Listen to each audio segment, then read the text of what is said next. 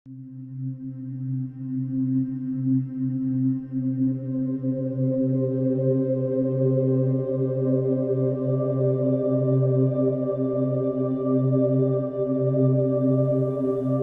जी, आपने तीन चीज़ बताई है।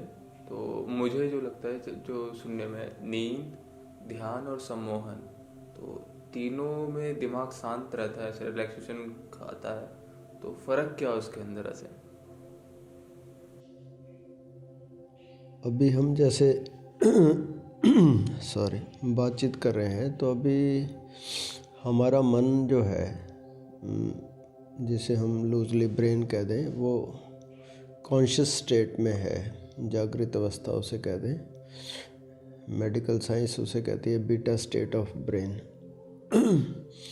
तो इसमें जो हमारी इलेक्ट्रोएन्सेफलोग्राफ जो रीडिंग देगा इलेक्ट्रिकल वेव्स, वो 12 से ज़्यादा रीडिंग हो गई है। Up to 30 it can go, more than 12 cycles per second.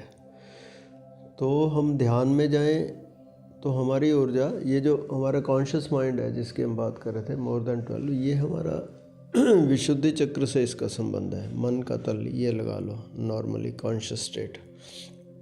इस समय हमारा लेफ़्ट ब्रेन एक्टिव है जब हम नॉर्मली बातचीत कर रहे हैं। जब हम कहते हैं ध्यान, तो ध्यान में हमारी ऊर्जा धीरे धीरे ऊपर जाती है। जैसे आज्ञा चक्र पे आएगी, फिर यहाँ पे आएगी, फिर यहाँ पे आएगी।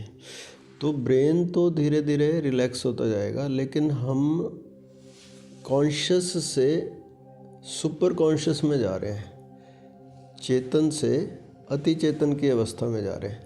जब हम कहते हैं नींद या हिप्नोसिस, तो कॉन्शियस से हम धीरे धीरे नीचे सब कॉन्शियस की तरफ जा रहे हैं।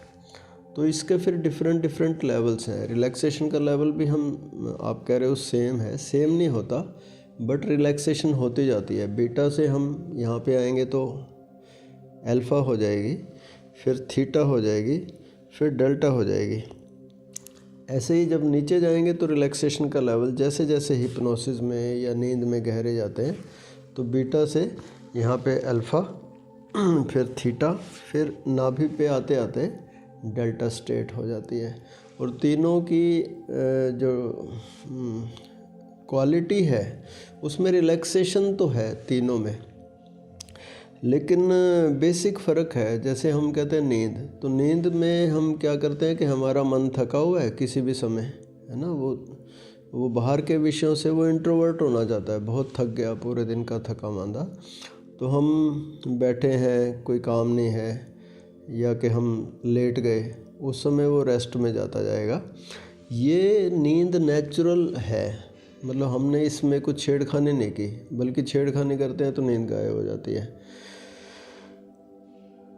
हिप्नोसिस क्या है, वो भी नींद ही है, लेकिन वो नेचुरल नहीं है, हम उसको बुला रहे हैं, इनवाइट कर रहे हैं। उसका एक स्पेसिफिक पर्पज़ है।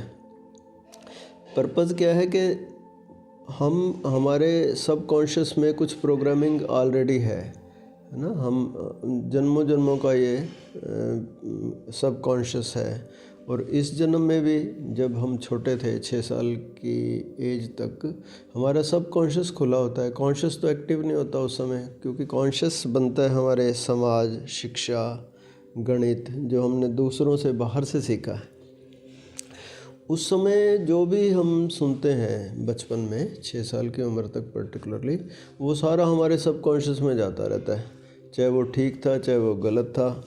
हमारा बिलीफ सिस्टम उससे बन जाता है, हमारे नए संस्कार उसमें बन जाते हैं, हमारी आदतें उससे बनती रहती हैं, हमारी सोच वैसी हो जाती है। अब हमें बड़े हो के पता चला कि ये जो सोच थी ये तो हमारी थी नहीं और गलत थी, समाज ने हमें दे दी, डरा दिया, कुछ गलत सुजेशंस हमारे अंदर चले गए, गलत आदतें हमारी डेवलप हो चुकी हैं, हमारे सोचने का ढंग बहुत गलत हो गया है। तो अब हम नई प्रोग्रामिंग करना चाहते हैं। अब मन को रीप्रोग्रामिंग करने के लिए सब कॉन्शियस में नए सुझाव डालने हैं। अब नींद में वो सुझाव नहीं डाले जा सकते। आप सोए हुए और मैं आपको नए सुझाव दूं, यद्यपि आपका सब कॉन्शियस खुला हुआ है, कॉन्शियस रिलैक्स है, उस समय सुझाव जा सकते हैं, बट आप तो बेहोश हो, नींद और तंद्रा में ये फ़र्क हो गया। नींद और हिप्नोसिस को हम तंद्रा कह रहे हैं, वो भी नींद, लेकिन एक नया शब्द दे दिया, क्योंकि तंद्रा में हमने ही नींद को बुलाया है तो एक हिस्सा हमारा जागा हुआ है जो बाहर के सुझाव सुन सकता है।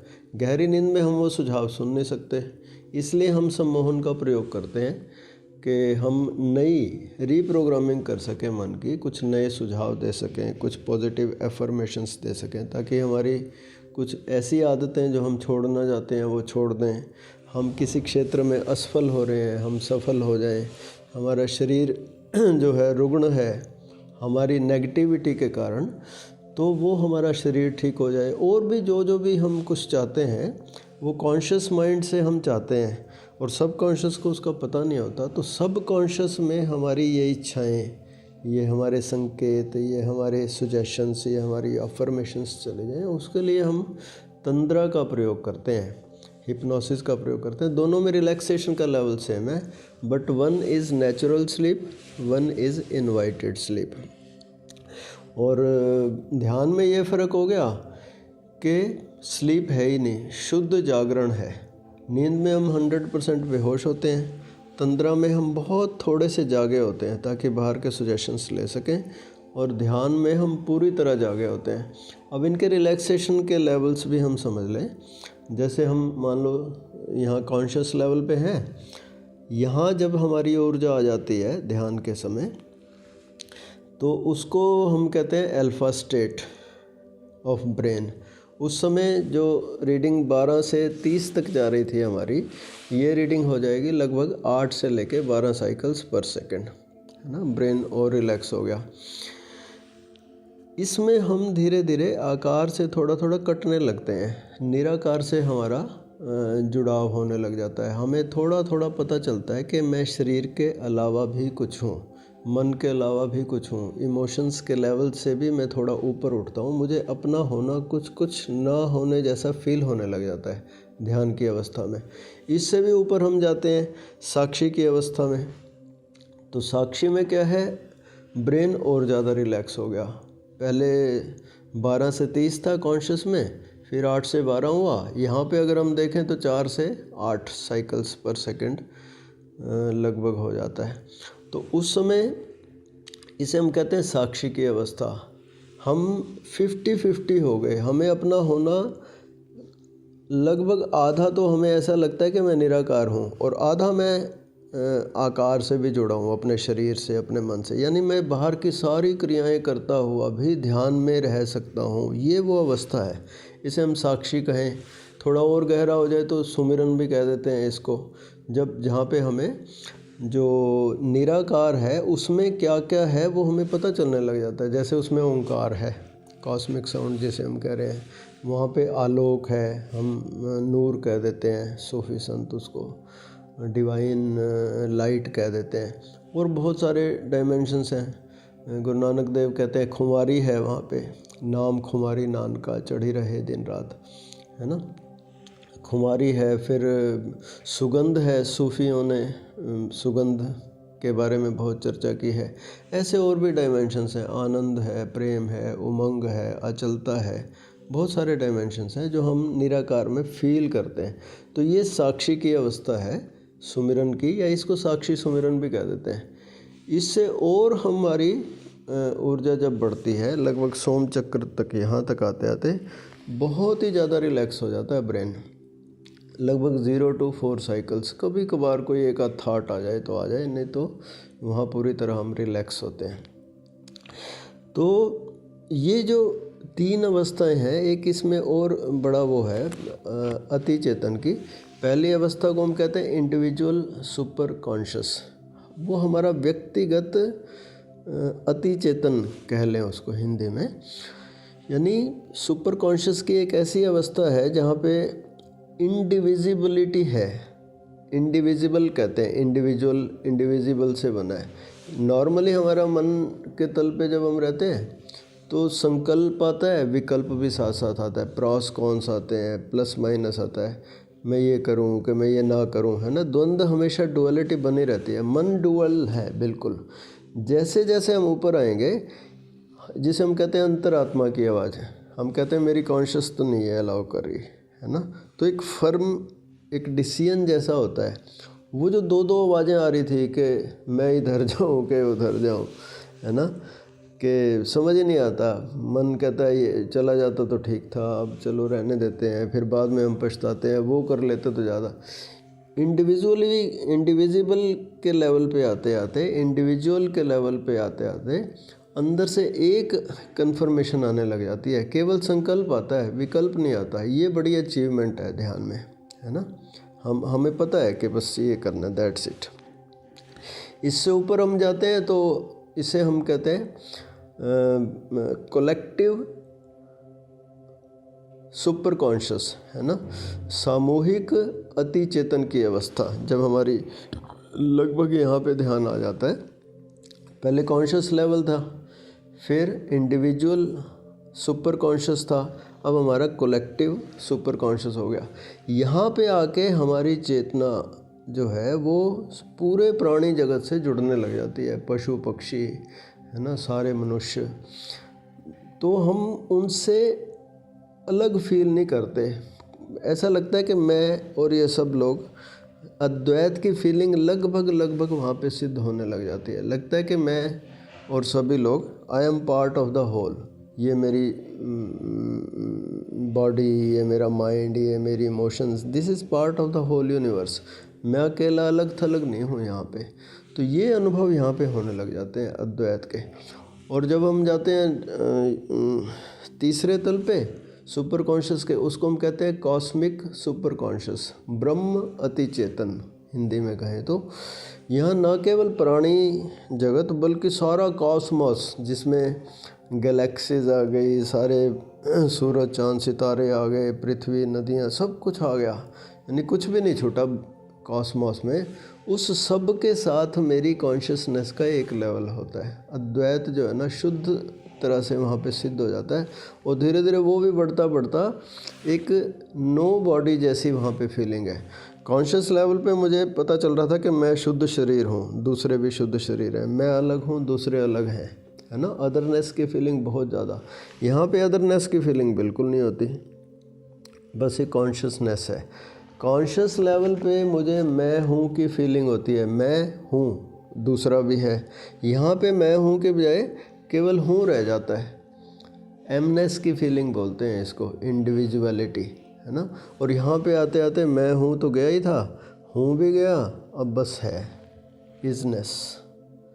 तो ये बड़ी अच्छी स्थिति है सुपर कॉन्शियसनेस की, जहाँ पे हम पूरे कॉस्मोस के साथ एक होते हैं। और धीरे धीरे वो एक होने की फीलिंग भी इतनी डाइल्यूट हो जाती है, उसके जस्ट बाद समाधि लग जाती है, जहाँ पे अपने होने का बस ऐसा कहें कि ना होने जैसी 100% फीलिंग है। तो वहाँ पे कोई अनुभव भी नहीं होता, क्योंकि मैं हूँ लेकिन नहीं हूँ जैसा हूँ, बिल्कुल नहीं हूँ। तो वहाँ कोई अनुभव नहीं हो सकता, बिकॉज आई एम नॉट, है ना। तो इसको कहते हैं मैं से मुक्ति, इसको कहते हैं मुक्ति, इसको कहते हैं समाधि, जो भी आप कहना चाहो, एनलाइटनमेंट की अवस्था, उसमें हम होते हैं। ऐसे ही जब हम नीचे जा रहे होते हैं कॉन्शियस लेवल से, चाहे हम नींद में जाएं, चाहे हम सब कॉन्शियस में जाएं, तंद्रा में जाएं, उसमें भी पहले अल्फ़ा स्टेट आती है हमारे ब्रेन की, तो जिसमें हम कहते हैं कि हल्के उथले स्वप्न चलते रहते हैं। उस समय नींद में तो हम चले गए या तंद्रा में चले गए, तो उसको हम कहते हैं डे ड्रीमिंग, है ना। हमारा मन बहुत ही इमेजिनेटिव होता रहता है वहाँ पे। हम नई नई कल्पनाएं करते हैं, नई नई फीलिंग्स की तरफ धीरे धीरे बढ़ रहे हैं, अपने को सुझाव दे सकते हैं, ऐसी तंद्रा की अवस्था या नींद की अवस्था। और नेचर की ऐसी व्यवस्था है कि हम दिन में बहुत बार इस अवस्था में पहुंच जाते हैं। जैसे मान लो चाय की चुस्कियां ले रहे हैं, मज़े कर रहे हैं, कोई बातचीत कर रहे हैं, कोई ऐसा सुंदर दृश्य आ गया, आप सड़क पे गए, हाथी अचानक दिखाई दे गया, कोई हिरन का बच्चा दिखाई दे गया, कोई सुंदर बच्चा दिखाई दे गया, उससे हम खेलने लग गए, पार्क में चले गए, नेचर में चले गए। ऐसी सारी जगह जहाँ पे हमारा कॉन्शियस माइंड रिलैक्स होना शुरू हो जाए, तो वो अल्फ़ा स्टेट है। तो चाहे तो हम नेचुरल दिन में कई दफ़ा चले जाते हैं, या फिर हम उसको इनवाइट कर सकते हैं, उस रिलैक्सेशन की अवस्था को। इसे हम कहते हैं सबकॉन्शियस का इंडिविजुअल सबकॉन्शियस, जैसे इंडिविजुअल सुपर कॉन्शियस था, नीचे आए तो इंडिविजुअल सबकॉन्शियस हो गया। उसके बाद फिर कलेक्टिव सबकॉन्शियस है ना, सामूहिक अवचेतन, जहाँ हम सारे प्राणियों की कॉन्शियसनेस से जुड़ गए। और लेकिन ये नीचे हम तंद्रा में जा रहे हैं, लगभग बेहोशी, ऊपर हम होश में जा रहे थे। तो वहाँ पे जाके हम अब पास्ट लाइफ की मेमोरीज़ को उखाड़ना हम शुरू कर सकते हैं। अगर मैं आपको सुझाव दूँ, उस समय आप कलेक्टिव सबकॉन्शियस के लेवल पे हो, सामूहिक अवचेतन की अवस्था में, तो आप अपने मन की जो पुरानी यादें ब्रेन में जो भरी पड़ी हैं, मन अवचेतन मन में पिछले जन्मों की, वहाँ को भी आप धीरे धीरे रिकॉल कर सकते हो। और उससे भी नीचे हमारा है कॉस्मिक सबकॉन्शियस, उसे हम कहते हैं ब्रह्म अवचेतन। यहाँ पे बहुत ही गहरी जन्मों जन्मों की, जब हम वृक्ष थे, पशु, नदी, नाले, पहाड़, हम सारी नेचर का पार्ट थे। बहुत ही, जब हमारी कॉन्शियसनेस इवॉल्व नहीं हुई थी, स्पिरिट की बहुत अर्ली अवस्थाएं, उस समय हम वहाँ पे होते हैं। उससे जस्ट ऊपर होते हैं तो हमारी जो ऐसी आदतें हैं, जैसे शराब की आदत है या कि ड्रग्स की लोगों को आदत है, ऐसी आदतें जो बहुत गहरे चली गई हैं, पुराने जन्मों से भी उसका संबंध है। या कि ऐसी बीमारियां जो इस समय शरीर में नहीं है, पुराने जन्मों से कैरी फॉरवर्ड हो जाती हैं, वो है ना, उनका असर चलता रहता है। पिछले जन्म में कोई ऐसी दुर्घटना हुई और शरीर पे भी उसका इस जन्म में भी प्रभाव आ गया, वो सबकॉन्शियस के कारण, तो उनसे भी हम छुटकारा पा जाते हैं। हम देखते हैं कि ये बीमारी, ये अवस्था, ये पुराने जन्मों के किसी एक्सीडेंट के कारण या किसी दुर्घटना के कारण हो गया। तो इस तरह से ये सारा सिस्टम है, हमें बहुत अच्छे से इस सिस्टम को समझना है, ताकि हम अपनी लाइफ को और सुंदर करने के लिए और सफल करने के लिए हम इन सब चीज़ों का उपयोग कर सकें। Thank you.